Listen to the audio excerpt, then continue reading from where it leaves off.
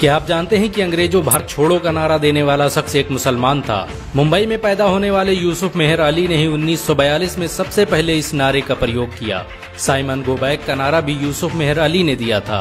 मुसलमानों ने भारत की आजादी में बड़ी ही क्रांतिकारी भूमिका निभाई। असहयोग आंदोलन की शुरुआत मुसलमानों ने ही की थी। 1920 में खिलाफत आंदोलन के दौरान मोहम्मद अली जौहर और मौलाना अबुल कलाम आजाद ने सबसे पहले अंग्रेजी प्रोडक्ट का बहिष्कार करने की रणनीति बनाई, जिसके बाद ये आंदोलन पूरे देश में फैल गया। असहयोग आंदोलन में मुसलमानों ने बढ़ चढ़कर हिस्सा लिया। भारत के सबसे बड़े शुगर व्यापारी हाजी सबू सिद्दीक ने अपनी शुगर फैक्ट्री पूरी तरह से बंद कर दी। ये फैक्ट्री इतनी बड़ी थी कि इसके जरिए बनाई गई शुगर पूरे इंग्लैंड में इस्तेमाल की जाती थी। बहुत कम लोग जानते हैं कि बाटा कंपनी भी मुसलमानों की थी, जिसे असहयोग आंदोलन के दौरान एक अंग्रेज ने खरीद लिया था। आपको ये जानकर शायद हैरानी हो कि भगत सिंह का केस लड़ने वाला शख्स भी एक मुसलमान था।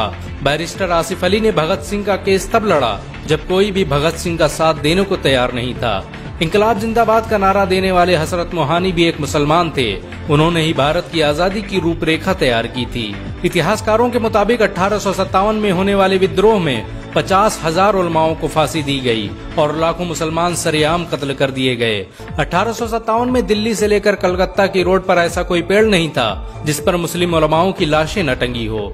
मुसलमानों ने ही भारत की आजादी के लिए पहली जंग लड़ी। मैसूर के सुल्तान हैदर अली और उसके बेटी टीपू भारत की आजादी के लिए शहीद होने वाले पहले शासक थे। मशहूर क्रांतिकारी अशफाकुल्लाह खान सबसे कम उम्र में फांसी पाने वाले भारत के पहले व्यक्ति थे। बहुत कम लोग जानते हैं कि जय हिंद का नारा एक मुसलमान आबिद हसन सफानी ने दिया था। ये नारा आज भी भारतीय सेना और शासकीय प्रणाली में सम्मान स्वरूप इस्तेमाल किया जाता है। तिरंगे का निर्माण करने वाली सुरैया तैयब जी भी एक मुसलमान थी। उन्होंने ही भारत के राष्ट्रीय ध्वज को वर्तमान रूप दिया था। कानपुर में पैदा होने वाले अजीमुल्लाह खान ने ही मादरे वतन भारत की जय का नारा दिया था, जिसमें बाद में कुछ सांप्रदायिक लोगों ने माता शब्द को जोड़ दिया। आपको ये जानकर शायद हैरानी हो कि भारत का पहला राष्ट्रीय गीत अजीमुल्लाह खान ने ही लिखा था। बहुत कम लोग जानते हैं कि मौलाना कासिम नानोतवी ने दारुल उलूम देवबंद की स्थापना अंग्रेजों को भारत से निकालने के लिए की थी। इस मदरसे का मकसद देश में ऐसे नौजवानों को पैदा करना था जो भारत की आजादी में योगदान दे सकें। रेशमी रुमाल आंदोलन की शुरुआत करने वाले मौलाना महमूदुल हसन और मौलाना उबैदुल्ला सिंधी दारुल उलूम देवबंद के ही छात्र थे। मौलाना उबैदुल्ला सिंधी ने सुभाष चंद्र बोस के साथ मिलकर भारत की पहली अस्थायी सरकार की स्थापना की थी और वह भारत के पहले गृह मंत्री भी थे। आपको ये जानकर शायद हैरानी हो कि मौलाना महमूदुल हसन ने ही 1920 में गांधी को महात्मा का लक़ब दिया था।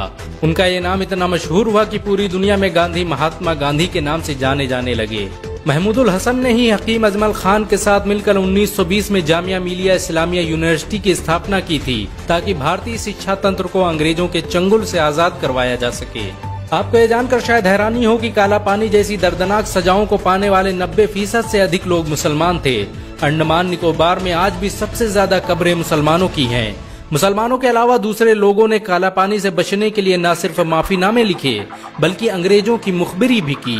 मुसलमानों ने ही अंग्रेजों के खिलाफ सबसे पहले हथियार उठाए। 1772 में शाह अब्दुल अजीज ने अंग्रेजों के खिलाफ फतवा देते हुए ऐलान किया कि अंग्रेजों की गुलामी हराम है और हर मुसलमान पर फर्ज है कि वो अपने मुल्क और देश की आजादी के लिए खुद को कुर्बान कर दे।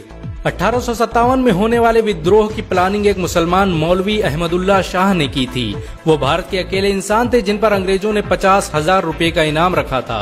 ये रकम इतनी बड़ी थी कि राजा जगन्नाथ ने पैसों की लालच में आकर अहमदुल्ला शाह की मुखबरी कर दी और अंग्रेजों ने उन्हें शहीद कर दिया। बहुत कम लोग जानते हैं कि 1857 में शहीद होने वाले 90% लोग मुसलमान थे। जालियांवाला बाग में जनरल डायर की गोलियों का निशाना बनने वाले अधिकतर लोग भी मुसलमान थे। भारत की आजादी का नेतृत्व करने वाले संगठन इंडियन नेशनल कांग्रेस के 9 से अधिक प्रेसिडेंट मुसलमान रहे। गांधी जी ने अफ्रीका में जहां वकालत की पढ़ाई की, वो कॉलेज भी एक भारतीय मुसलमान का था और वह जब भारत में आए तो उन्होंने आजादी के लिए अली ब्रदर्स के साथ काम करना शुरू किया, जो कि मुसलमान थे। बहुत कम लोग जानते हैं कि 1921 में केरल के मुसलमानों द्वारा अंग्रेजों के खिलाफ लड़ी गई जंग में 3000 से अधिक मुसलमान शहीद हुए थे और 50,000 मुसलमानों के जेल में कैद कर दिया गया था। ये आंदोलन मोपला मुस्लिम आंदोलन के नाम से जाना जाता है। 1942 में शुरू हुए भारत छोड़ो आंदोलन की रूपरेखा मौलाना अबुल कलाम आजाद ने तैयार की थी। संविधान निर्माता डॉक्टर भीमराव अम्बेडकर को पहचान दिलाने में मुसलमानों का बड़ा योगदान रहा है। 1946 में जब भीमराव अम्बेडकर दलित होने की वजह से इलेक्शन हार गए तो बंगाल मुस्लिम लीग ने उन्हें मुस्लिम इलाके से इलेक्शन लड़ने की दावत दी। इस तरह भीमराव अम्बेडकर संविधान सभा का हिस्सा बन सके।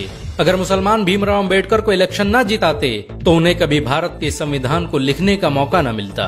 भारत की आजादी के लिए सबसे ज्यादा लेख, शायरी, गीत और किताबें मुसलमानों ने ही लिखी। अल्लामा इकबाल के जरिए लिखा गया सारे जहां से अच्छा आज पूरे भारत में गाया जाता है। आपको ये जानकर शायद हैरानी होगी कि देश के लिए शहीद होने वाला पहला पत्रकार मौलाना मीर बाकर एक मुसलमान था। भारत की आजादी के लिए मुस्लिम राजाओं और महाराजाओं ने अपने खजाने खोल दिए। कोलकाता के हाजी उस्मान सईद ने अपना सब कुछ भारत की आजादी के लिए कुर्बान कर दिया। हाजी उस्मान की अमीरी का अंदाजा इसी बात से लगाया जा सकता है कि 1920 तक कोलकाता में बनने वाला हर स्कूल और हर बड़ी बिल्डिंग उन्हीं की थी। कोलकाता के पहले सुपर स्टोर कैश बाजार की बुनियाद हाजी सईद ने ही रखी थी, लेकिन बाद में उन्होंने अपनी सारी दौलत देश को दान कर दी और खुद एक किराए के घर में रहने लगे। अमीर हमजा और अब्दुल हबीब यूसुफ मरफानी जैसे मुसलमानों ने अपनी अरबों रुपये की संपत्ति देश की आजादी के लिए कुर्बान कर दी।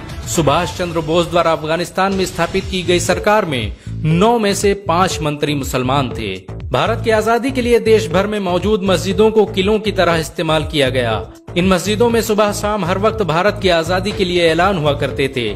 आजादी के वक्त कोई मस्जिद ऐसी नहीं थी जिसकी दीवारों पर मुसलमानों का खून न लगा हो। इन सब के अलावा ऐसे करोड़ों मुसलमान हैं जिन्होंने भारत की आजादी और उसकी अस्मिता के लिए अपना सब कुछ कुर्बान कर दिया। सच तो ये है कि भारत की आजादी मुसलमानों के बगैर मुमकिन न थी। भारत आज भी आजादी के लिए मुसलमानों का एहसानमंद है। अगर एक मुसलमान होने के नाते आपको गर्व महसूस हुआ हो तो इस वीडियो को लाइक और शेयर जरूर करें। ऐसी और वीडियो को देखने के लिए हमारे चैनल को सब्सक्राइब करें, घंटा जरूर दबाएं।